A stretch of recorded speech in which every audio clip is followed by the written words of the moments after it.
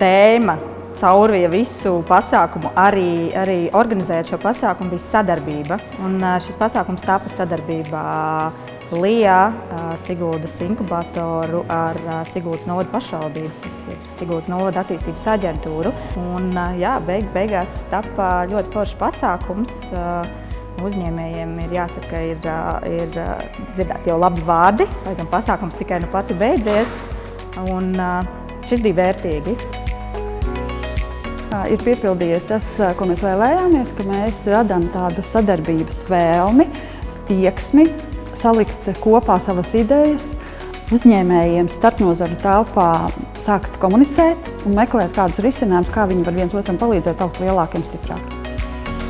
Mūsu nozarē sadarbība ir ļoti svarīga, jo, protams, ka neviens viesmīlības uzņēmums nevar veiksmīgi darboties bez labas sadarbības ar produktu piegādātājiem, bez labas sadarbības ar klientiem, ar nozares profesionālām organizācijām. Un arī, kā spilgts sadarbības piemērs, jāmin ir šī brīža aktualitāte Michelin zvaigznes.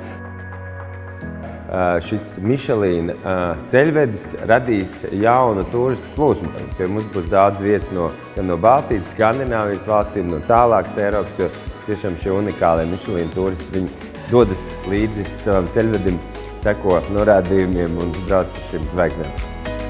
Šodien jāsaka tā, ka saklausīju tās lietas, par kurām mēs esam domājuši, esam kādos pasākumos pārunājuši. Tās visas lietas ir tikai jāattīsta šī sadarbības veicināšanai uzņēmējiem.